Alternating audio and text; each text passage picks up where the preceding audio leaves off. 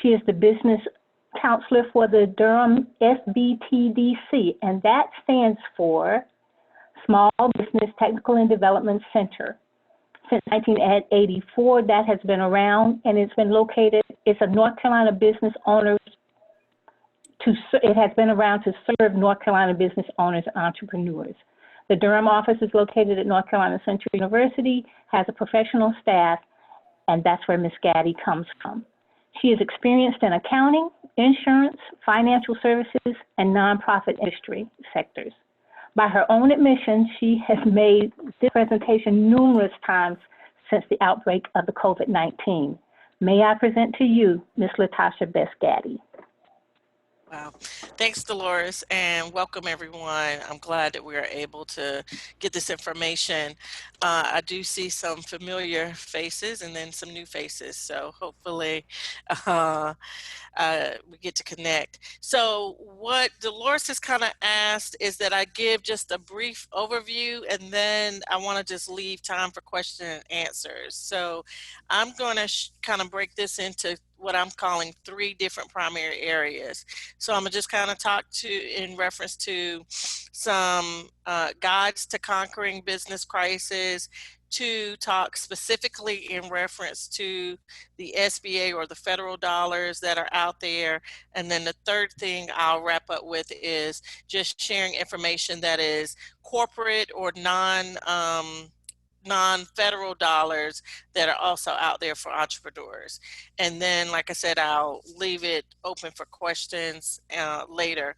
But so of course, this crisis has affected every business, no matter what industry you're in, and it has definitely affect everyone in a different way. So there's a couple of key things that we're kind of asking people to do just with businesses, with just kind of thinking through and evaluating where they are.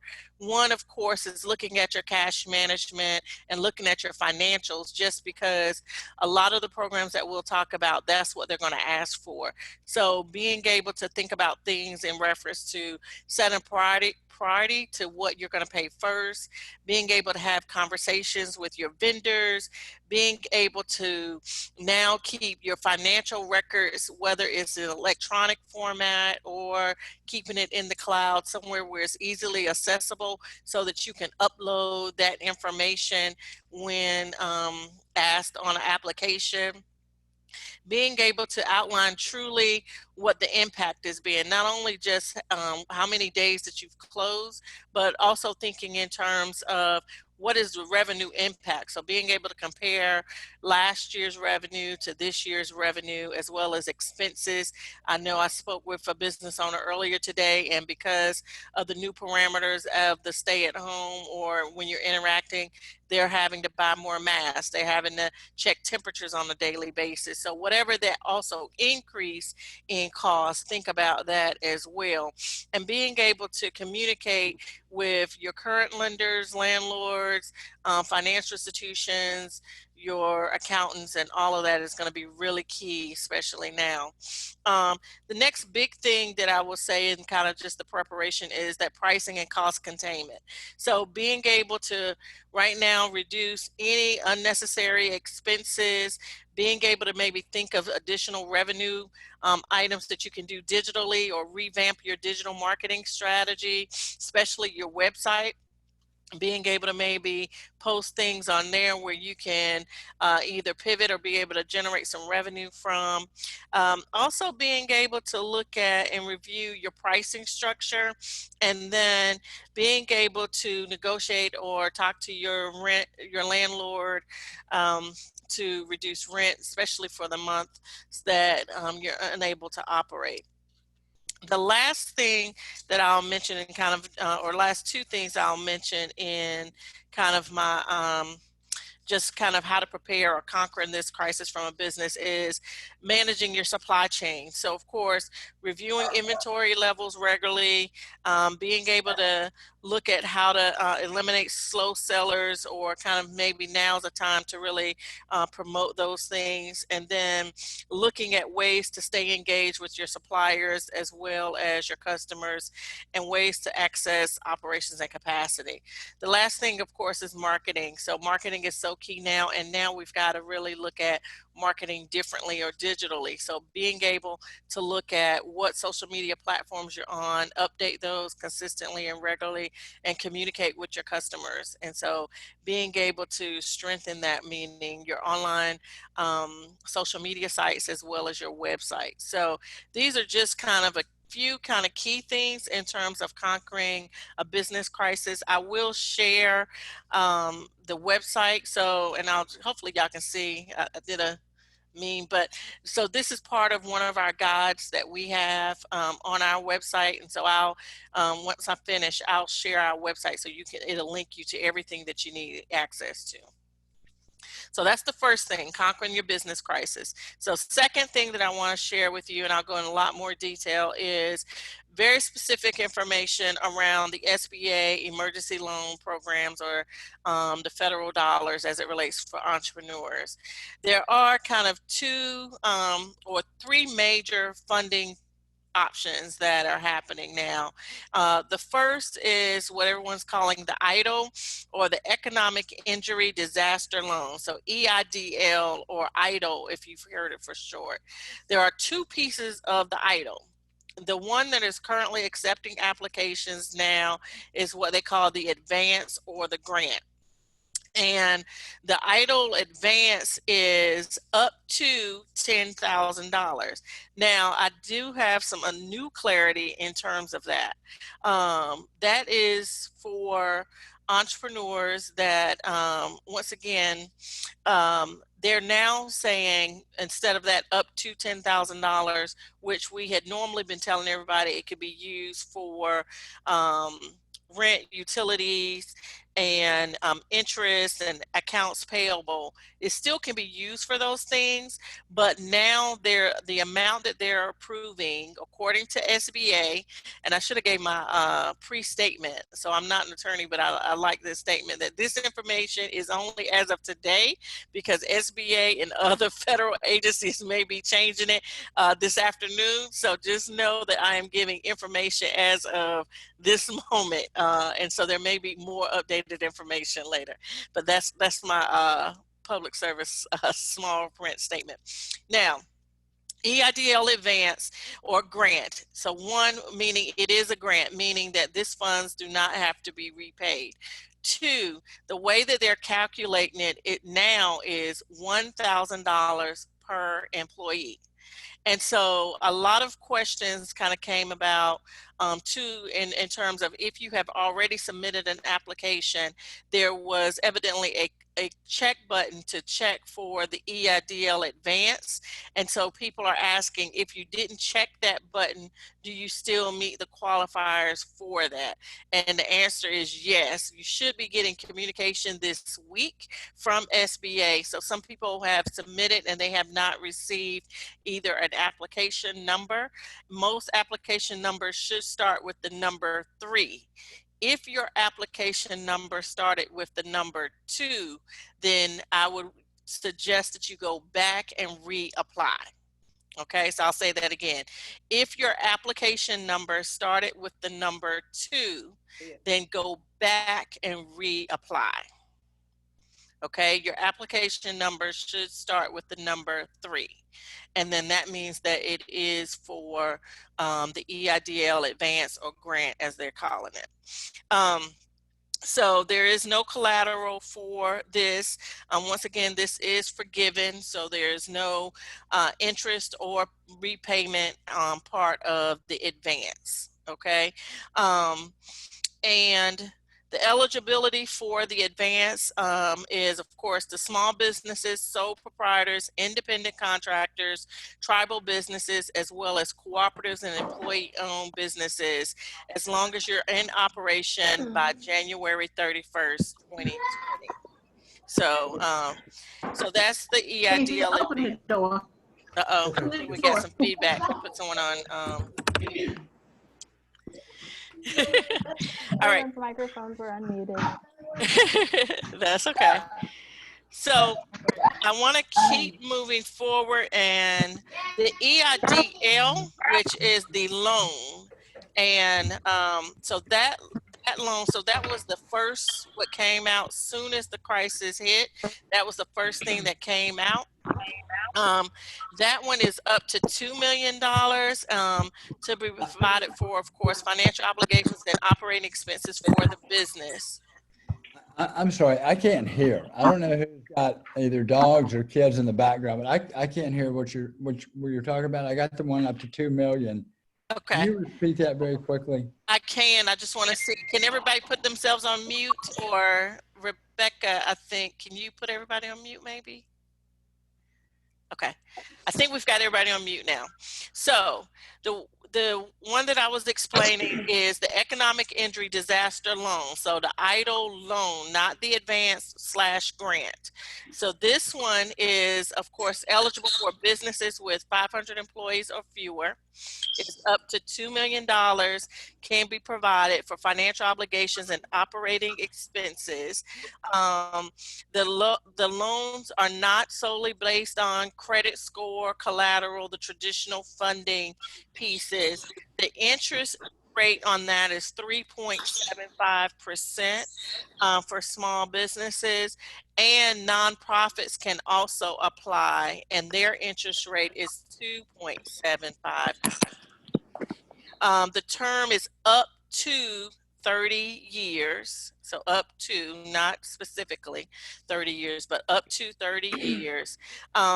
Payment is deferred for the first 12 months. So if you were approved for the EIDL loan, then payments would be deferred for the first year. I'm still hearing some feedback. So can everybody hear me? No. No. Okay. I don't know. Dolores, can someone help me with the mute? Somebody's on an iPhone. Okay. Can everybody mute?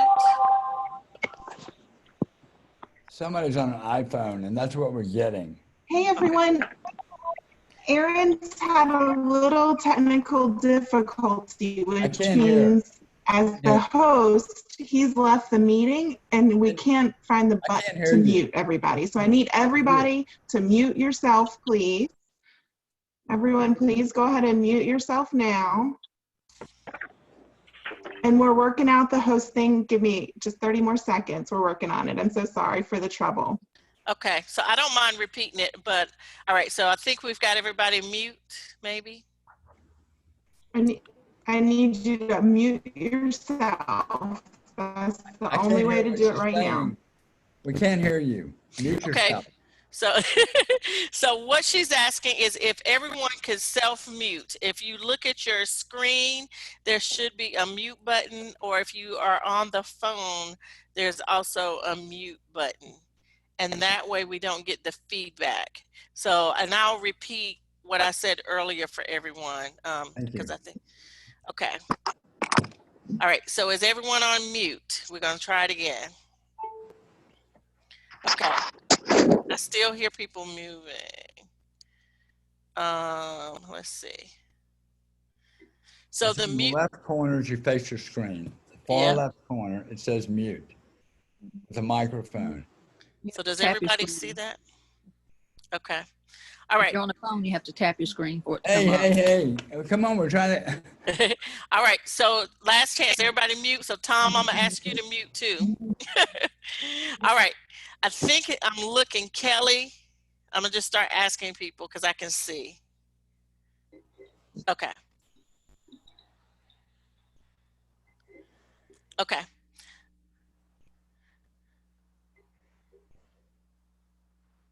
I think we got it. Okay, here we go. We're going to try it again. So just by nods, or if you want to put anything in the chat feature, I'll look at that. So the first program that I mentioned was the EIDL Advance/Grant. So did everybody hear that? Okay, Thank you for the thumbs up. Next one that I talked about was the idle loan. Okay, so this one is the up to $2 million, 3.75% interest for small businesses. Once again, it is open to nonprofits, 501c3s. The interest rate on that is 2.75. Terms are up to 30 years on that. Currently, so this is one of my little disclaimers I mentioned earlier. Currently, this is a loan. This does have to be repaid back. It does not have any forgivable portions in this as of today, 3:22 p.m. Now, that does not mean the SBA will not make portions of this in the future, or the federal government will make portions of this forgivable in the future. I have a idea or a hunch that they may, but as of today, right now, the idle loan portion is not forgivable or does not have any forgivable pieces to it. Also, under $25,000 for the idle loan does not require collateral. As I mentioned before, collateral, if you have collateral, they're going to attach it, but that's not going to be a major factor or decision maker. The other key pieces to both of the IDLEs, whether it's the grant or the loan, is that the decisions are being made at the SBA level. So the decisions are going to be being made within SBA. Okay, and SBA dollars are coming from Treasury for this. Now, all right, so does everybody heard me on that? Okay, so now let's quickly move, or let's next move to the Small Business Paycheck Protection Program, PPP. And once again, I do have a comparison chart or guide that'll give you all of this, and I'll put it, the link to where you can find it once I finish. But the PPP, which is what you're hearing the most, okay? So a lot of people, when they're referring to the legislation that was just passed and the applications, typically they're referring to the PPP, because that was $349 billion lending program. And what this is going to follow is the Excuse me. Do you mind? I can show those loans on the screen while you're talking about them if you'd like. Sure. Like the Treasury website and those sorts of things. Would that be helpful? Yeah, or do you have the one that I sent Dolores, the guide, and it just had the comparison chart? Because that's a little bit easier to follow. So I can come up with a comparison chart to share with people. Well, no, if you go to SBTDC, we have one already. So I see it on your screen. So go to SBTDC, click where it says here. So this is our website, everybody. And then where it says click here for more information and resources. All right, then go down, business, I think it is business toolkit. All right, so the guide to conquering your business crisis, which was the first thing that I talked about, that's that. And then keep going down. It should be one more. Okay. I'll find it for you while you can. It's on the previous page in the business assistance. Oh, yeah. And keep, yes, right here, SBA emergency loan overview. So y'all, I'm going to paste the link for everybody. What's nice about this is it shows a side by side. Yeah, so that's this page. Idle Advance, PPP, and I'll drop it in the chat feature and people can just cut and paste, okay? Thank you. The link is already there. Okay. All right, thank you, Rebecca. Thank you, Aaron, because I was going to do it once I finished. So of course, so now let's talk about the PPP. So the big difference is the PPP goes through a financial institution. Okay, so that means you have to go through a bank. So now let me just kind of put a caveat here, because this is what we're finding. Financial institutions are currently working with existing customers and existing borrowers. Okay, so I'm gonna say that again because this is so important. Financial institutions are currently working with existing borrowers to disperse these funds. There are a couple of exceptions where there are some larger institutions that are also looking at non-customers. So if you have a account with, for example, Truist, Wells Fargo, First Citizens, any financial institutions, call them first, especially if you do have a any type of debt with them. Call them first, because that's what they're looking at as their existing customers. So let's so PPP is really for what they're saying, payroll or protection. So it is for payroll. One of the things, and I'll just kind of answer, you can apply for the EIDL advance or the EIDL and PPP. You can apply for both, but the thing is, you cannot use the money for the same thing. So for example, if you look at, for the PPP and the EIDL, it all says payroll. The payroll where you're going to be better served as a business owner is using the PPP, because they are looking at 2.5 times the average monthly payroll cost. Okay, and this is forgivable. So remember, the PPP has forgivable portions in it. Okay. The other pieces of the PPP, collateral is waived, personal guarantee is waived. They're not looking at credit. The interest on it is up to 4% for the non-forgivable portion, and is currently fixed at 0.5%. Okay. So it's currently fixed at 0.5%. The terms on the non-forgivable portion is up to 10 years for the non-forgivable portion, which currently starts at 2 years. Okay. The last piece that's in the CARES Act as it relates to the SBA funding is the SBA debt relief. So if you currently have an SBA loan with any financial institution, that is then being paid for 6 months by the SBA to the lender directly. I've actually talked to some business owners that have had loans and their lender has already reached out to them. And if they had made a payment already for April, they have refunded that payment. Okay, so that's the last piece of the actual SBA emergency loan information for businesses. The third thing and the final thing, because I think I went over my time, so I apologize with the technical difficulties, and I'll just say this really quickly, is there are some local pieces that are happening as well. For example, I know that Orange County and Aaron, you and Dolores can talk a lot more about this later, but I'm just... It's closed already. Oh, okay. Well, there was local municipality funds available, but hopefully there may be some more allocation. So I'll just mention it. Orange County had a fund. All they did is just really expanded the existing fund, but just look out for more people allocating. There was also in Carborough. If you're an artist, there is a North Carolina Artist Fund. I know that Golden Leaf had some funding. They're actually trying to re-raise some money. They originally allocated $15 million. That went in 4 days. And so the Golden, which is, but they're still accepting applications.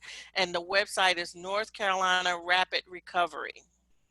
So, North Carolina Rapid Recovery. Now I just want to share some national, like corporate ones. So for example, Verizon Foundation has a grant. Also Shea Moisture, which is the hair product for African American women, have one. Hello,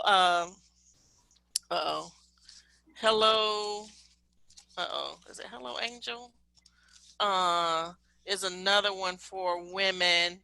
And then, but once again, I'll put this in the once I finish, I'll put it in the side. But just note that if you're part of some national trade associations, at one time the Triangle Restaurant was doing something for restaurant workers. Once again, so Duke has a fund and they're revamping it. So there's a lot of things that are coming that are also non-federal dollars, and the majority of them are grant dollars. So so I'm gonna just stop there, just because I know I went over time, but I'll check the chat feature, and excuse me, I'll be checking the chat feature to answer any questions, and then I'll post some additional information in the chat feature and then come back around, but I just don't want to take up all the time. So thank you. Sorry that I went over and we had some technical difficulties, but I'm sorry I will about be, that. yeah, but I'll check chat feature. So if you want to just put it something to me directly or privately, and then also from there, I'll just add additional information as we're talking. Thank you, Latasha. I appreciate that. Can I just make sure that can someone check the chat room or the wait room to make sure everybody's in? I see nobody waiting currently and 38 people participating. Okay, thank you. We did have a few questions. I'll just say it went a little fast for me at the beginning, but Aaron's going to come back and wrap around and do some other things. But just, Latasha, before I let you go, you already talked about what loans were available. Can a sole proprietor apply with no employees? Is one of the questions. The answer is yes, they can apply, especially for the EIDL grant or advance. The PPP is for someone that has a payroll, so it depends on how you're paying yourself or how you can show proof of how you're paying yourself, whether or not you meet the qualifiers for the PPP. But the EIDL you can definitely apply for. Okay, and just to mention, to catch up, the Self-Help Bank is also making their finance available for the PPP for those businesses that don't have banking relationships, and we can get that information to you also. So now, is there one other? Go ahead. I just know from speaking with some of the bankers at Self-Help, they are still doing like other bankers, meaning they are going to their existing clients first that they have loans with, and then if they have anything additional, then they're going to any non-customers. So just kind of keep that in mind as well. Thank you. Thank you. Thank you for your time, Latasha. I appreciate that. And she is going to give you, and if she hasn't already sent you, the links to the information that she shared. I'd now like to introduce our second presenter, Mr. Aaron Nelson, who is the President and Chief Executive Officer of the Chapel Hill Carrboro Chamber of Commerce. He has been the CEO of the Commerce since 2001. In support of the Chamber's mission to build a sustainable community where businesses thrive, Aaron is a successful advocate for local businesses and community interests. Aaron serves on the board of directors for more than 20 local, state, and national. Okay, that's enough, Dolores. Oh, wait, I got one more. Aaron speaks both nationally and internationally on economic and community development strategies, but what he loves most is his local and regional collaboration that helps keep Chapel Hill Carrboro community one of the best in the world to be. Thank you very much. May I present to you the person who's been hosting our event, Mr. Aaron Nelson. Thank you, Dolores. What you didn't say is, and a friend of Dolores's for the last 18, 20 years. So I'm glad to be here, y'all. Like Latasha, we've been talking SBA loans nonstop for 4 weeks. So I want to do a little recap on what Latasha said. Just like a Ford F-150 and a Ford Fiesta and a Ford Bronco are all very different things. So are SBA loans. So when we say SBA loan, it can be confusing, just like saying a Ford car, but they're so different. So and all the letters can make it super confusing. So the EIDL loan, the economic injury loan, EIDL, that is the simplest and easiest to apply for. I'm going to show you the application. It will take you 25 minutes if you have not filled it out yet. I'm going to share my screen real quick so that you guys can see just what you'll know that you're there. So on the SBA's website, there is a simple, it looks like this SBA website. There'll be a big yellow bar across the top that says click here for additional resources, and just click it. It'll take you to a set of resources and you'll begin. It'll say you have less than 500 employees. You have not been, you are not currently laid on alimony. You do not sell pornography. You'll click a bunch of things that you are not engaged in illegal activities, some just promises at the beginning that you're not a lobbyist. And once you click those and identify yourself, you begin. And once you hit continue, it's simply going to ask you your name, your address, total revenue for your organization. It asks you cost of goods. That can be a stumbling point. If you sell a product, then estimate that. But if you are an attorney or you are a CPA and there are no cost of goods, then simply put a 0 right there. You'll go to the next page. It'll ask you who the owners are. You'll say yourself. If you own it with your spouse, you'll indicate your spouse. If you have other owners, you just need to add up all the owners until you're at 100%. Now, churches and nonprofits can also apply for this. And so this is hard because who owns the church? Who owns the nonprofit? The answer is the board of directors does. So the advice that we've been given, Latasha, tell me if you've heard differently, is when it asks you who the owner is and you're doing it for a nonprofit, for first name, just simply put, we are a nonprofit governed by a board of directors. When it says last name, put, we are a nonprofit governed by a board of directors. When it says birthday, you can put the birth date of your organization. When it says social security number, you can type in the social security, the EIN for the nonprofit. We know this isn't exactly what they mean, but when the loan officer contacts you, you'll be able to have a more in-depth conversation. But if they are not encouraging you to put in your birthday social security number, you are not the owner of the nonprofit. But for small businesses, this really should take you 25 minutes. If you started 2 weeks ago, it was really clunky and bumpy. The application now super smooth and easy, and they are running out of money. And if you've not done it, you should do it today. At the tail end, there'll be a little checkbox. I would like the $10,000 grant, or advance is what they call it. Check that box. Originally, they were going to give you $10,000 as an advance on the loan. Then they changed the rules and they called it a grant that you would not have to pay back. Then they changed the rules again. And now they're going to probably give you $1,000 for every employee that you have. So if you're only a 4-person organization, the advance will only be $4,000. If you are a 20-person organization, the advance should be $10,000.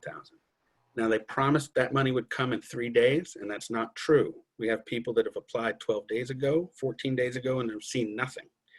If you applied more than 10 days ago and have received no communication, they encourage you to call again.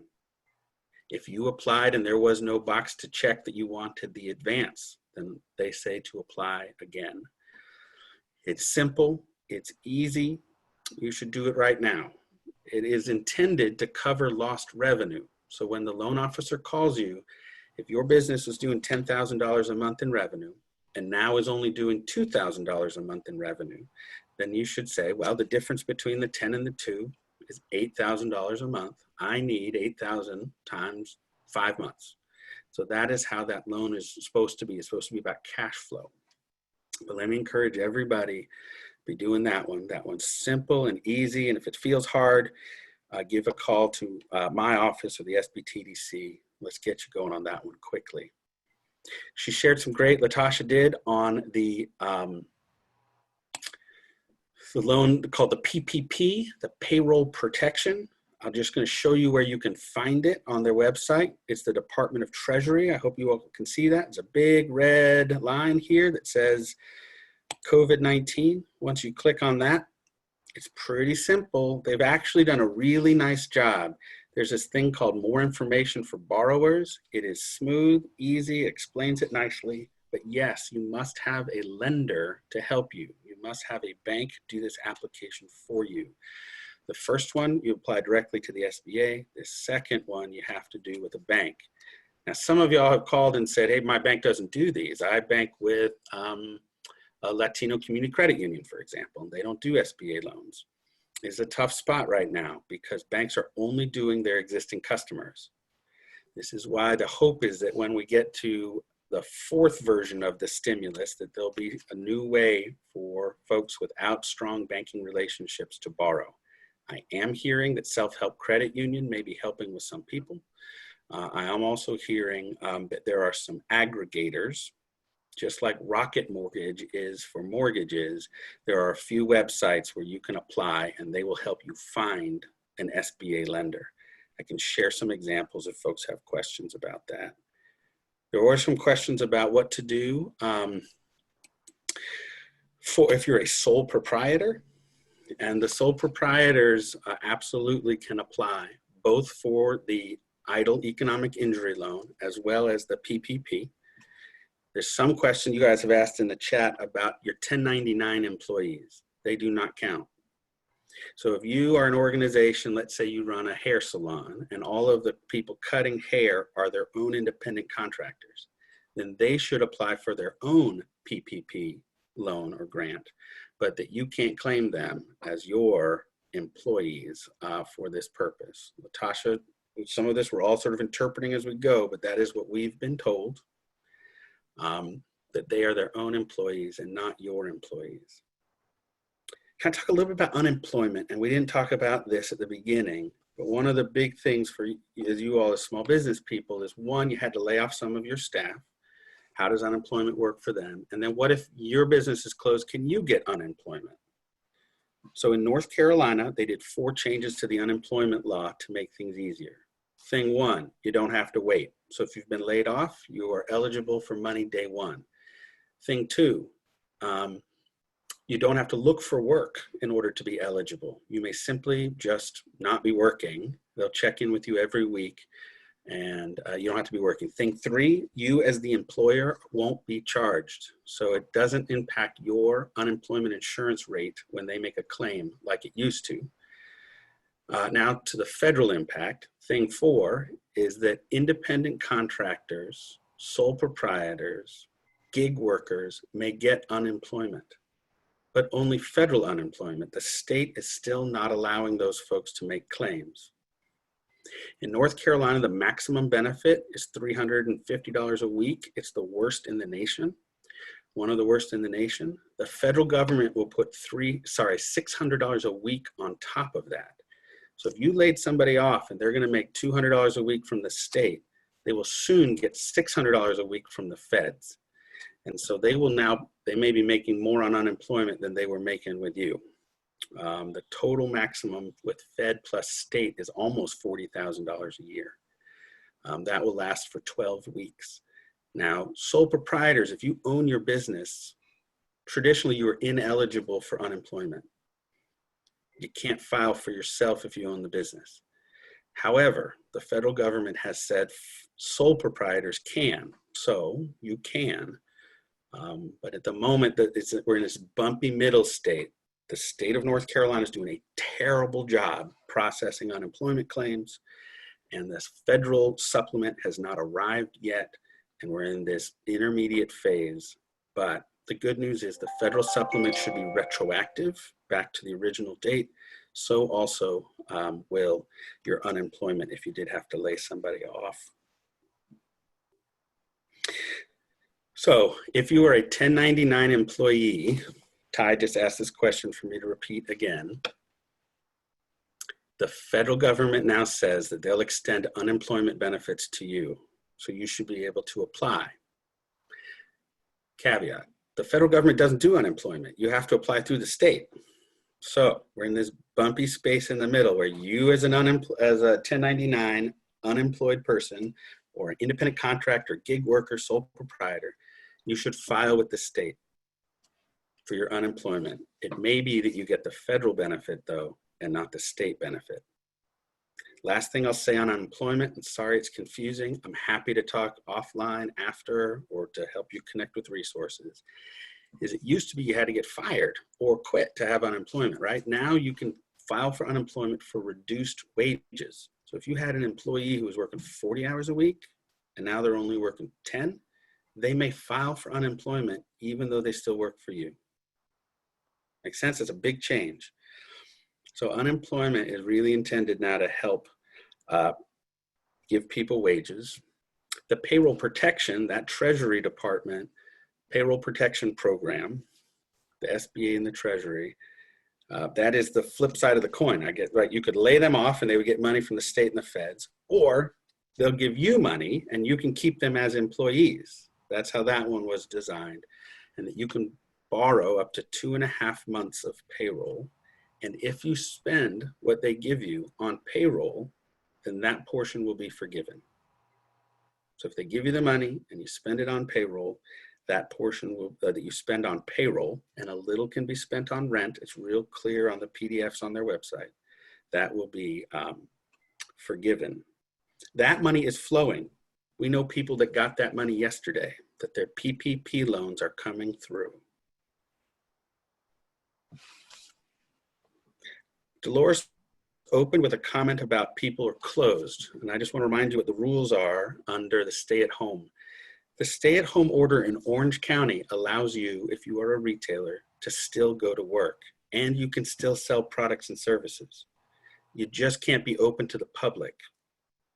You're allowed to go to your business. You're allowed to fulfill online orders. You're allowed to mail stuff to people. If you're a retailer, you can even bring it to the curb when somebody buys it. If you lived in Mecklenburg County, you would not be allowed to do that. But in Orange County, a retailer can be open so long as you're open behind closed doors. In Orange County, yeah. Go ahead. A hair salon No. that Hair does salons, just one customer, that does one customer because of a funeral, is that allowed? no. Okay. So no. So all the businesses that touch people, so massage parlor, tattoo parlor, hair salon, nail salon, massage therapist, chiropractor, those are closed. Those are ordered closed. Now, if someone went to somebody's house and didn't charge them anything, was helping out as a friend and was less than 10 people in one place, but if you open your business and let someone come sit in your chair and cut their hair, then you would be violating the governor's order and violating Orange County's order. Can't be open for that. Retail's different. You can sell the hair product. If someone called you and said, I'd like a little bit of whatever it is they like, and you unlock your door and bring it to them at the curb, that you may do. That clear? So we talked at the beginning about some other places to get money, and they're closing quickly. Carver Loan Fund lent half the money and now needs to decide its future. You have Council Member Barbara Fouché is on this call. There's another $250,000 in that fund, and Carver needs to decide what to do with that. Orange County's fund is closed as of Friday. They took their last application, but they still have some grants. Tom Rayner is on this call. Tom Rayner owned Fleet Feet and sold it a while ago. He's a local philanthropist and community investor, and he has created personal loans. He's lending his own money, collateralized and uncollateralized, to support small businesses, no more than $10,000. He's doing small lending to support local businesses that need that sort of emergency bridge. So it's called Orange County United. Sorry, there's Orange County United and it's called Carborough United. There is some lending available there. What questions do folks have? The EIDL loan, again, if you've not applied, that's your best choice to do now. It is oversubscribed, and we are frustrated and pessimistic about quick payment. It was supposed to be fast. But what they're telling us is a loan officer will call you. Can you imagine a loan officer calling 1 million businesses? How about calling 10 million businesses? That will take them months to call and make those loans. But the grant should come quickly. The PPP loans, if you can find a bank to do it for you, that is exceptional. Should take you a week. The money gets wired into your account, gives you the cash that you need to make payroll. Now, some folks have said, what am I going to do with that? My business is closed. If I had payroll, who am I going to pay? I'm closed. And the answer is you might pay them even though they're not working. You could make 8 weeks of payroll. It could be the employee doesn't do anything, but so long as you spend it on payroll, it would be forgiven. The government is trying to push cash into our market right now. Natasha, do you disagree with any of my analysis of any of that? Now, right on. No, not at all. You're right on point. I was actually just kind of putting stuff into the chat feature and responding to people while you were talking and supporting some of the other pieces that you were saying. But everything is right on point. So the SBTDC, So sorry, I just want about Latasha's organization. The SBTDC is a branch of the University of North Carolina. They are hired to work for you to help you get this done. They have full-time staff. Their job is to help you make these applications. Latasha's office serves Durham and a couple other counties. There is one in Chapel Hill. They are located at Chapel Hill North by the Giant Harris Teeter. And they serve Orange, Alamance, Chatham, Moore, Lee. Mm-hmm. So they, but you go onto their website, SBTDC, and it will clearly tell you who can help you. All right, so we have offices on all of the university campuses, and so all of us are working, even though we're working remotely. So just know that email is easier, but telephone we're calling back, so we are calling people back. So again, I just want to share the screens again to show you. The SBTDC's website has a really nice overview, but their homepage is a nice place to begin. It'll tell you all their locations and who can help you. They'll do 30-minute or 1 hour conversations and help you get all these things done. The federal government on the Treasury Department has the best information. Now, some folks have said, and they're right, golly, Aaron, I got to read all this information. My retort would be, I'll pay you $20,000 if you read for 2 hours. Would you do it? I hope so. You know, so you're going to have, there's some reading, but it should be worth it. There's a little bit of reading and it should be worth it. What questions? So let's open it up for questions. Let me remind everybody on the call who is a small business owner or who came to learn something. These people have made themselves available to share information. So please ask what you need to ask now. Unmute yourself one at a time. You're welcome to unmute yourself and just holler it out. Aaron, Tom wants to tell us something real quick from Carver United. Go ahead, sir.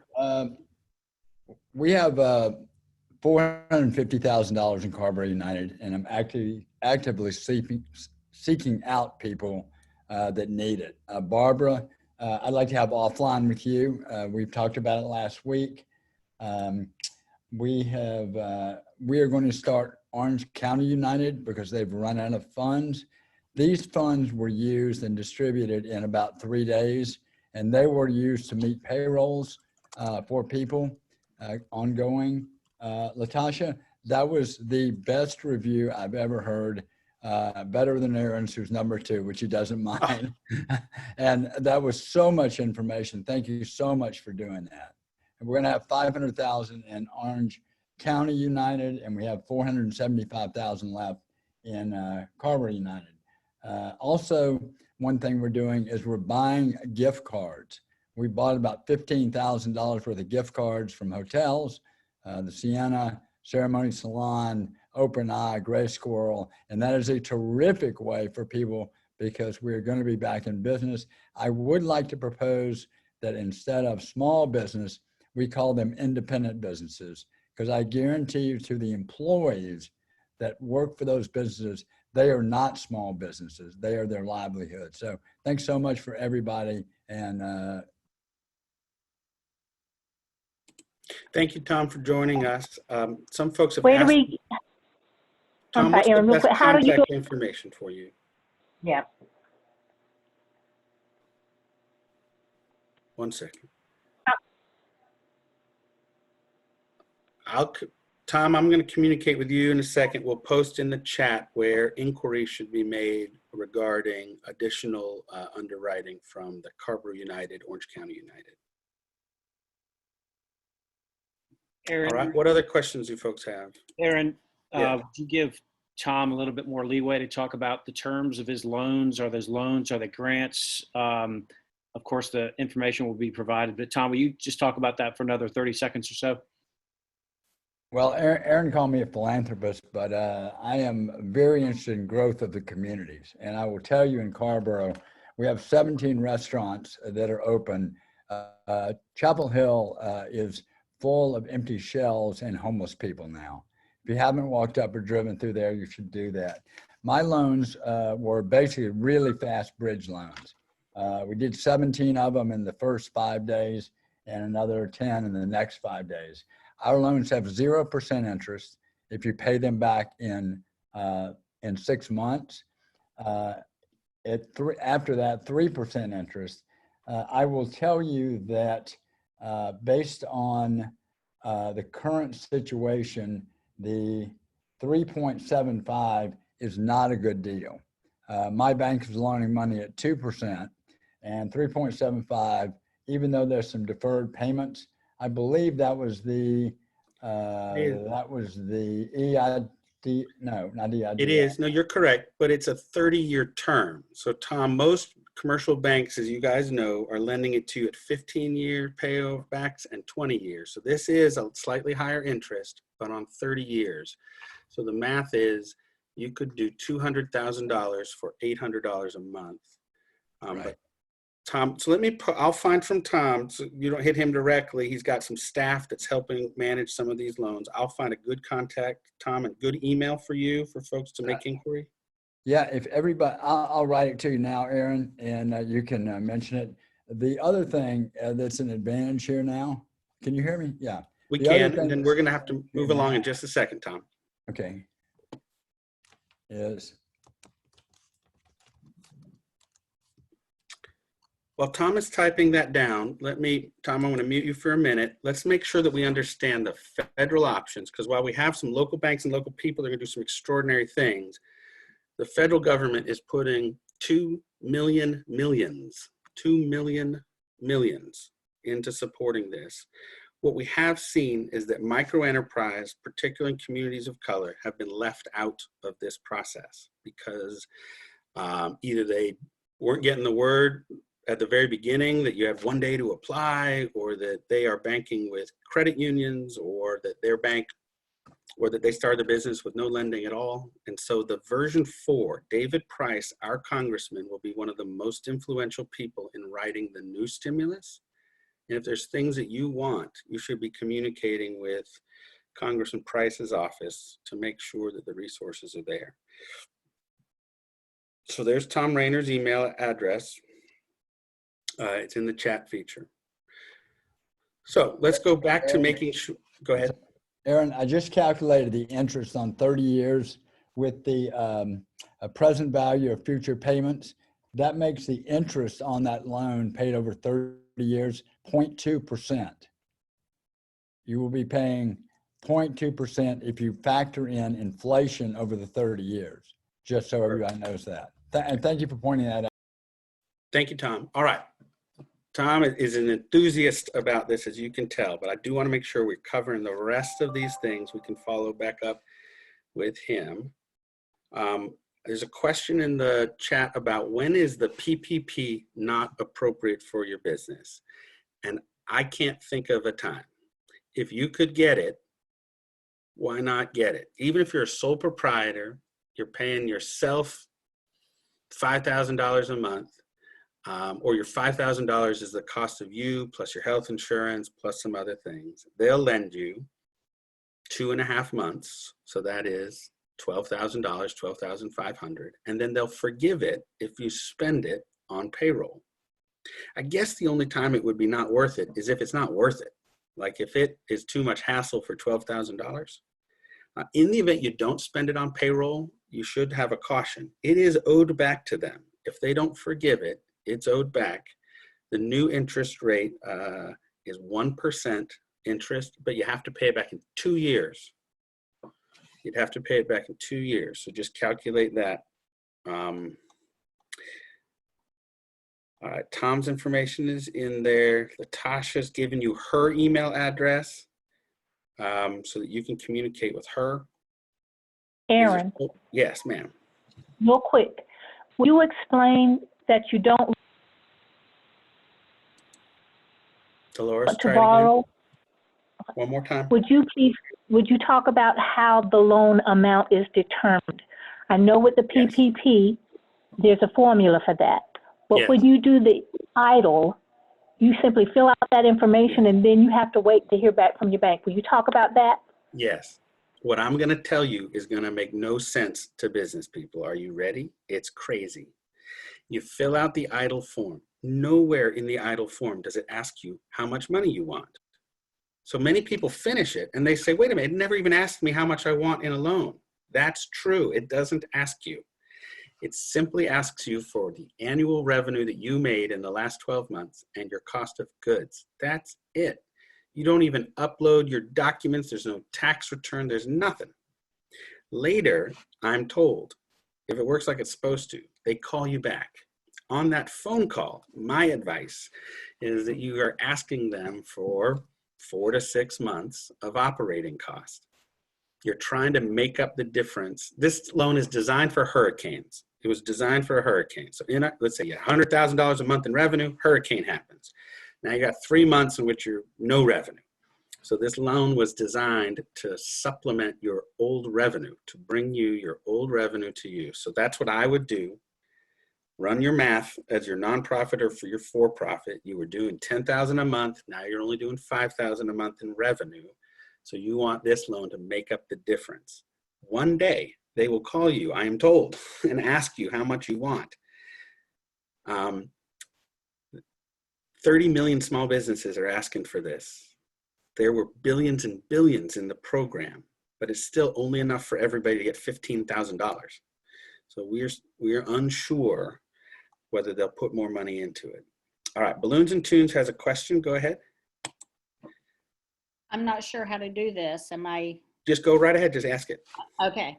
So we have been unsuccessfully trying to upload all the documents for the PPP, but because our staff is not like a high paid staff, they would actually make more money if they applied for unemployment and then got the $600 federal. Yes. But the other question is, if you get the PPP and then after, say, 12 weeks, you're not able to come back into business the way you were, is it still forgiven if you've paid your staff? Or if you wind up having to close, because we don't know what the future holds, where do you stand? All right. Latasha and I are going to try to tag team this because the answer is it's kind of unknown. So here's what I think you're asking. You go to PPP, they give you $60,000. You hire all your people back if you can get them back, and you pay them for the 8 weeks. But then you go out of business. Can it be forgiven because you spent it on payroll? Yep. Is that the question? Yes. Okay. Latasha, what do you think? Thanks, Aaron, for throwing in there. You're welcome. I can go first. My answer is I don't know. I keep reading all the materials and it's not clear. So that's what I was going to say. It's really not that clear. It's very vague. So what I would just tell you is you want to be able to show that you made a good faith effort into, especially for the PPP. The PPP is to hire employees back, whether that's the same employees that you had before or it's just the same number of employees. So they do not have to be the exact same people because maybe for whatever reason that person decided to not come back. So it is about job creation, job retention, and they are looking at the retaining that number of jobs. Now let's just fast forward into unknown land that you tried to retain those jobs. Revenue just still couldn't sustain. You're spending, you have more expenses than revenue and you're just still drowning and you end up closing the business.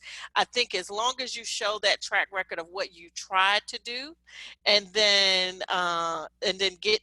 being able to explain that, I think that there is going to be some forgiveness into that.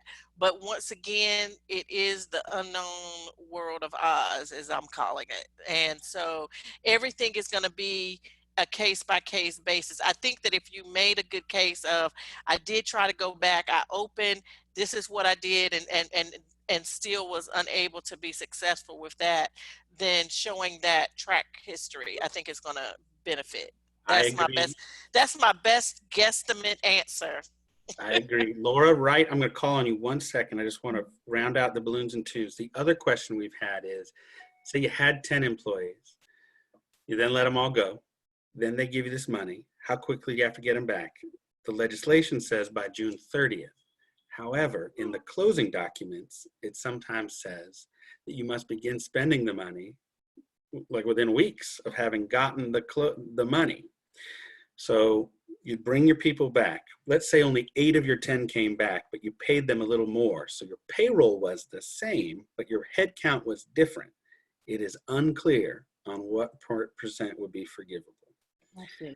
But you are likely going to have to pay people more money because unemployment, once that federal kicks in, $3,400 a month is going to be tough to compete with when you go back to that employee of yours who was making less than that. Laura Wright, what is your question, please? Well, I just wanted to let you know that I just applied for the loan, like you said. It went through. I got my number, my confirmation number. And I am in the wedding event planning industry. So our industry just today, like literally before we got on this call, sent out a whole lot of resources. And it has the answers to these questions up here. For example, how the PPP loan is forgiven. PPP loans, this is from the CARES Act, directly from their website. PPP loans can be forgiven if used to maintain existing employees, including those who went to 0-hour schedules, and or help pay for other expenses like rent, mortgage, healthcare costs, and utilities if you did that for up to 8 weeks. So if you attempted to use that money for up to 8 weeks and then were not successful, it's stating here that it can't be forgiven. If you already had to lay off some of those employees, you might still be eligible for the loans to pay for your other business expenses, such as healthcare and utilities. But I just wanted to let whoever asked that that's question. great. What we understand, and Carol will call you 1 second, what we understand is that 75, if you want it forgiven, no more than 25% can be spent on things other than payroll. So that would be the rent and other things. That the payroll includes health insurance, includes payroll taxes, includes everything, but it must be spent on payroll. The question, Laura, where we get confused, Latasha and I, is what if you let Tom go, but then hired Sally back? And so your head count's the same, but Tom moved to Toledo. So you can't hire Tom back, he moved. Now you have Sally and she makes the same amount. Does that count? We think the answer is yes, even if it's not the same. The first line says, it does say, and this might be the word, PPP loans can be forgiven if used to maintain existing employees. So that might be your answer. Yes, so we have strong confidence in. If you didn't lay anybody off yet, but let's use Top of the Hill restaurant. They already laid off 150 people, or Acme laid off 50 people, or Orange Enterprises laid off 50 people. Can they bring them back now? If you get the PPP after you laid your people off, and we think the answer is yes. Okay, yeah, it says that. Yes, you may do that. On the federal government's website, now all of our professional associations are doing their own interpretations of this, right? The Wedding Planners Association, the Bankers Association, the CPA Association are all going to send you their version. I really encourage you, the Department of the Treasury has very easy Q&A. They even give you examples of different businesses, and you can imagine yourself in there. The SBTDC, Latasha can help you. I can help you offline. The EIDL loan was easy. That one you just did, right? It was easy. Very easy. The PPP, you need a bank. Some bank will help you make that application.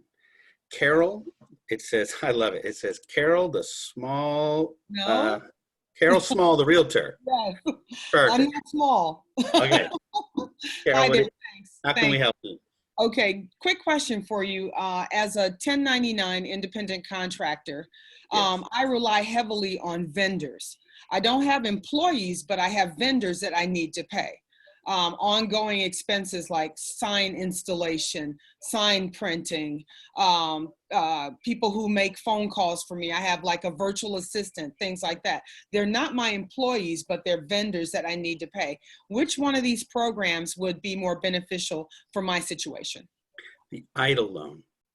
The EIDL one will give you cash to pay whatever you want, but it's a loan though. You're gonna have to pay it back over 30 years at a low interest rate.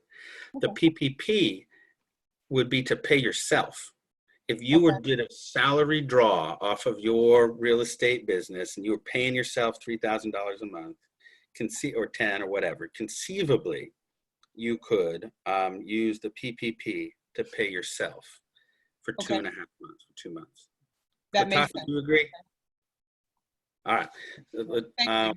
Now I see, James, when you made the application, you get all the way to the end and it didn't give you a confirmation number. I would go again.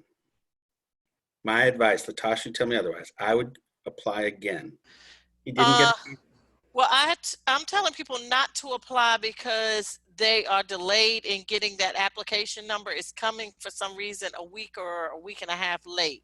Mine appeared at the exact moment so Laura, you just did it right now. I can show it to you if you want. Yeah, it just came, my confirmation number. Did it come by email or did it appear? Yeah. It appeared at the end of. I then agree. Reapply. Okay, then reapply then. That's what I would do, James. Worst case scenario, they call you and they're like, we see another James Wright in the system.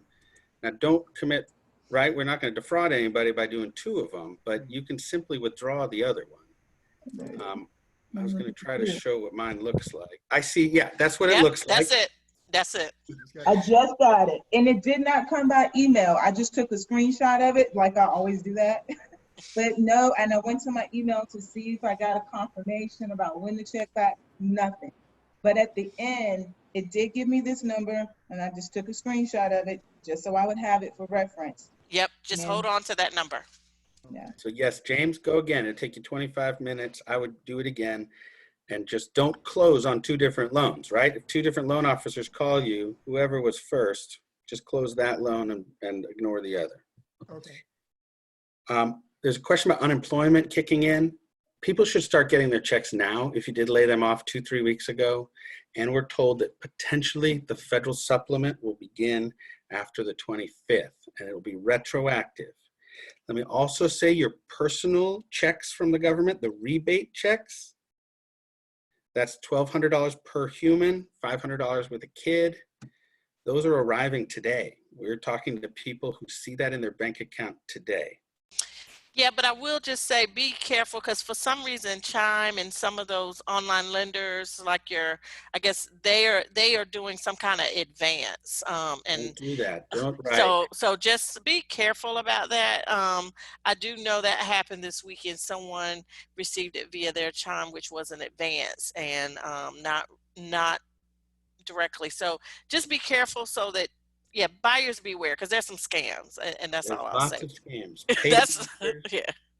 I would not accept it from anybody to give it to you in advance unless you are in a desperate situation.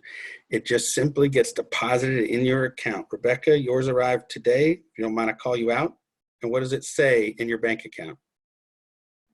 Oh, that's a great question. You don't have to tell me the dollars, but those should be arriving this week. If you were on direct deposit, I'm sorry, if your account was drafted when you paid for your taxes or you had a direct deposit set up when you got a refund in the past, then they should be wiring you money. So let me just break in real quick, you guys, and say we're at 4:15, which is where we wanted to take it. But someone did ask a question about Durham. And so I'm going to refer you to Latasha, if you don't mind, if you'll get in touch with her. I wanted to thank you all for being on this call. I'm so pleased that it turned out with as many participants as it did. I also want to thank Latasha Best-Gaddy from the SBTDC and Mr. Aaron Nelson from the Chamber of Commerce. I appreciate it.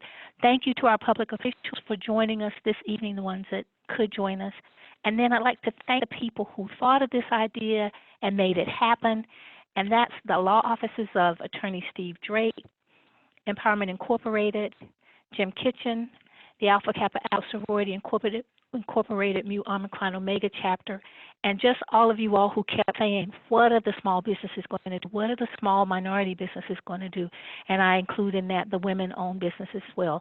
I feel really good about this, and I hope you all do.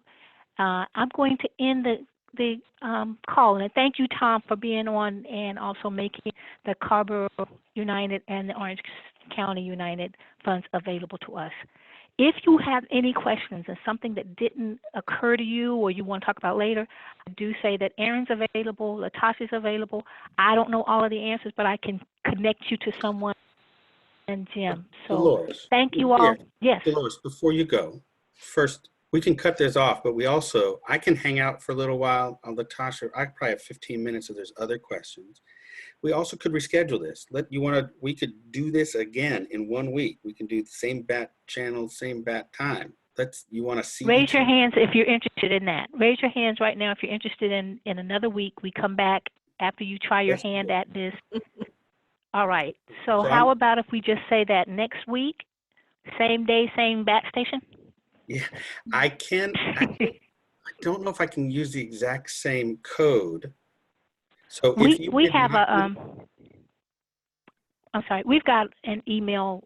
It would probably be easier to try to use the same number, right?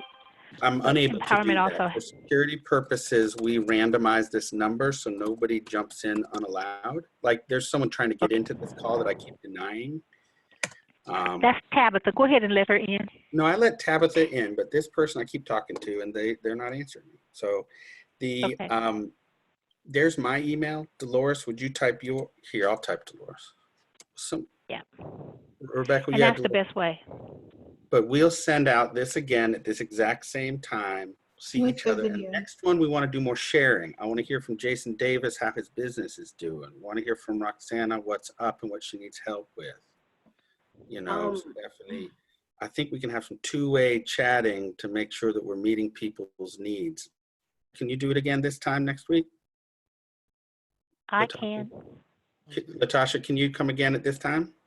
I should be able to, and if I can't, I'll make sure that Neil from our office. So I think I just need to look at my schedule, but I don't think I have a conflict.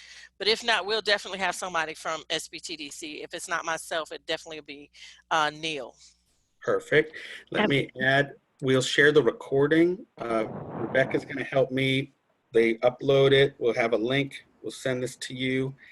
At the Chamber's website, there's also you go to carolinachamber.org. There's a place where all of these links, all of these resources, answers to questions all live under our COVID.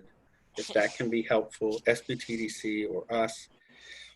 If you're not a member of the Chamber, that's fine. We are right now in a help the economy be successful strategy. We're going to leave it open for a second so you can scan back through the chat if you want to find people's contact information. Or folks just want to chat with each other. How is everybody? Dolores, is that all right with you if we just simply open it for chatting? It absolutely is. Good. I think we've got a couple of minutes. There's my email. And did you put mine in, Erin? I see Jason Davis is wearing a haircut I recognize. Yeah. So is Jane. Not by choice. So I do have a couple of quick questions, though. Will you introduce yourself first, please? Oh, I'm sorry. My name's Jason Davis. I am in the Empowerment Building. I have a personal training studio. Oh, cool. I'm actually a local of Chapel Hill, so I'm living in Raleigh, but have my business here, and I actually commute and also do some personal training in Greensboro, North Carolina. Nice. So that my gym closed, the gym that I train at in Greensboro, and then of course I own the studio. So I'm in a position right now where I think I asked the unemployment question, could I apply for both?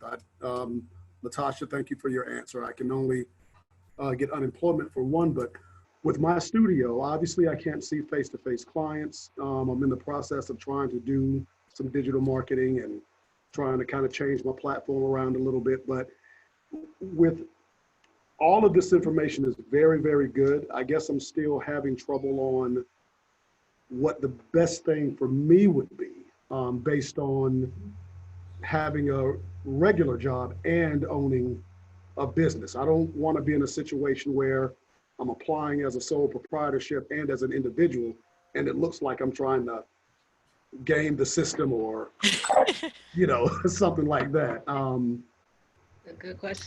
So the way that I would answer that is, okay, for your job, right? So where you for your employment, if you're apply for unemployment. I have done that. Okay. Yes. Now for your business, apply for the EIDL and the PPP.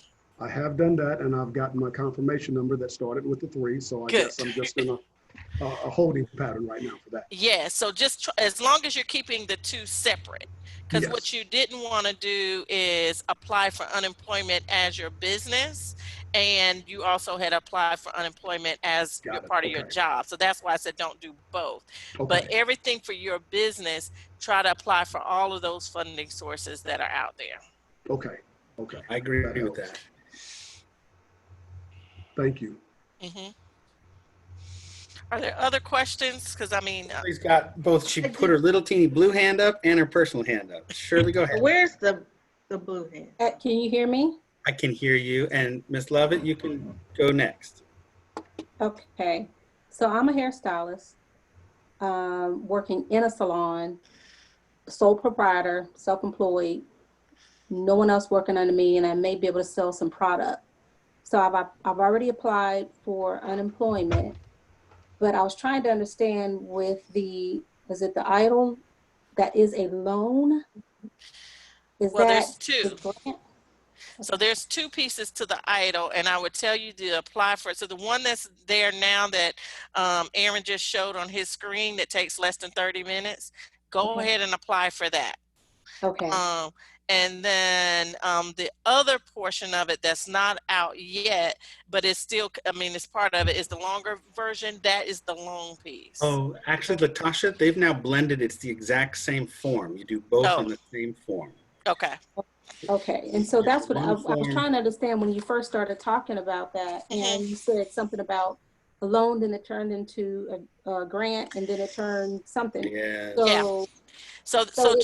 So just know that EIDL has kind of two portions. There's a portion that we're calling the advance/grant, and then there's the loan piece. And so and let's just call it the grant. The grant portion is only up to $10,000, or what they're saying now is $1,000 per employee. So just employees for me. Just you got to count yourself. You got to count yourself. Okay. All right.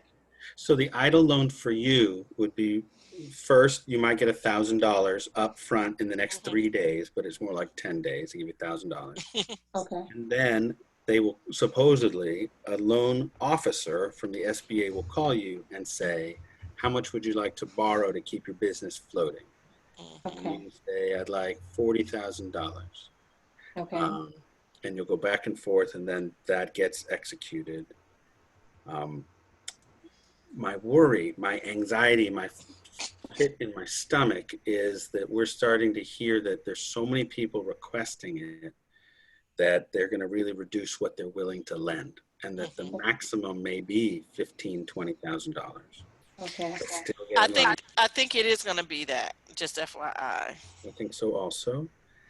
So I think it's going to be less than 50. I agree. So I will indicate myself as an employee, or how does that? Yes. Okay. On the EIDL loan, you're just going to fill it out as you are the owner of your company. Okay. So the first page is the name of your company, and if you don't have a corporate employee identification number, you'd use your social security number. Okay. And then on page 2, who owns it, that'll be you. You'll put in your information again with estimating revenue. And then page 3 is you promising not to be a pedophile and a couple other things for real. And then you submit, click, I do want to have the grant. It really should take you 25 minutes. Yeah. Pretty self-explanatory. It's real simple. The PPP loan is for your own payroll purposes. That may not be worth it for you, but you'll need a bank to help you with that one. Right, okay. On unemployment, sorry for the confusion, but North Carolina doesn't allow you, because you don't pay unemployment insurance, right? So Right, you're going to try to make a claim on an unemployment insurance program that you don't pay into. So they generally deny you as a 1099. right. The feds in the CARE Act said, we want to give you relief, which is awesome, except North Carolina just isn't ready. So you should apply. If they deny you, apply again. But at some point, your application will match up with the federal government giving $600 a week to unemployed independent contractors. So that's been the crazy piece. Once I finally got in, it denied me. Yes. It sent me an email and told me to look at my case online. And when I looked at my case online, I couldn't understand what they were asking, if they were still asking for more information. It never gave me to file for my hours or anything. Yes. So each time I would go back in, it seems like maybe overnight they made some update changes. And then this morning I went in to check just to look at it again. It actually told me to file for my hours. So I did that. Yeah, so that probably means that the federal has matched up. Okay. It means it's likely coming. The state just didn't have, it just wasn't ready to receive this federal supplement system. Gotcha. But it should be retroactive to the date you claim you were unemployed. And it's probably the date that you were ordered to stop doing business. Well, but that's the problem. I put the date in almost 2 or 3 weeks ago, but it only gave me the option to file for last week. Okay, So it we'll didn't give catch me up. I think you can amend it once you're in their system. Let's get going on it, free it up a little, and then I think you can speak to an employee. The problem is all their employees are working at home, right? It's just a mess. You can't get through on the line. I get dropped every time. With the SBA, if you do call, they will answer. If you call and it tells you you're number 1,500 in line, that's okay. It'll only take about 45 minutes. Gotcha. But when it says you're number 1,400 in line, what other questions do folks have? Yeah. That's nuts. It is crazy. Tracy, did you have a question? You on mute. Oh, I'll unmute you. Hold on. I believe I will unmute you. Hold on. Did that work? You're good. You're good. Okay. So, first of all, I wanted to thank you, Latasha and Aaron and Dolores, for putting this on. You all have done a magnificent job. I don't think there's anything that I can do to interject any information that you have that I don't. For those of you who don't know me, I'm Tracy Lovett, District Liaison for Congressman David Price. The only thing I do want to say, Shirley, about the unemployment, it was supposed to start today for sole proprietors like yourself. So that's why you were able to get in only today. But like Aaron said, if you do go back in, you need to make amendments. The system should eventually allow you to do so. I also wanted to provide my email address in the chat in case anyone does have any suggestions for the congressman for this next package. I don't know that all the suggestions that we are getting will get in, but I think it is important to know where the gaps are in trying to, fix this heavy situation that we're in right now. So I just wanted to say that, but thanks again to everyone. Ms. Lovett, I really appreciate your time being here with us. It is a rare congressman who gives a full staff person to a conversation like this. And for you to prioritize this, I am very grateful for you. We're hearing from people that if in version 4, that they could find a way to borrow these funds without going through the mega banks. If they could do this through their payroll company, if they could do this through PayPal, if they could do this through credit unions or community banks, or that we never anticipated that there would be so much that nobody would take a new customer. I mean, nobody's taking a new customer. Yeah. Meals on Wheels, for example, can't find anybody to process their PPP. Exactly. I think some of this was not congressional intent when they processed it, but it is kind of the reality of, you know, when you put it in another organization's hands, what they have to go through. I did hear today that they are considering Intuit and PayPal to also be vendors for the PPP as well. Yeah, I did hear from a friend that works at FDIC that they are looking at other online lenders or some of the national kind of, I would call them all online lenders to really be able to open it up for non-customers. So I think that's the thing. I know Cabbage, I think I put it in the chat feature too. Cabbage and some of the other onlines that are taking PPP. I just wonder, just because Cabbage has a history of some predatory lending prior to COVID. So I just would want to make sure that there is no predatory and that we're protecting consumers. Great. Latasha, and all of y'all, Ms. Lovett, again, thank you for joining us. Dolores for organizing it. We're happy to help create this again. The question on recording it, we are recording it. We'll send it out to everybody. I must step onto one more call with some other folks. I can bounce Latasha the management of this meeting, or we can simply adjourn. What's folks? Yeah, what's your? Let's adjourn. Rebecca, it's a lot of information. Okay. It's a lot of information that we've had, and we already know that we're going to meet again next week. So let's close it up for today and see you next week. Invite whoever you want to come aboard, and we'll try to help everybody again then. All right. Great work, y'all. See you soon. Bye. Thank you, guys. Thank you. Can you add me to the email list Thank you, so I guys. get notified? Sure. Type your email on the side. Rebecca, will you cut and paste the chat and send it to Dolores?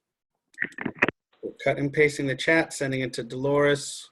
Y'all keep up the good work. Thank you. I We appreciate shall it. survive. Thank you, Aaron. Thank you, Bye, Latasha. y'all. Keep safe. Thank you, Tracy.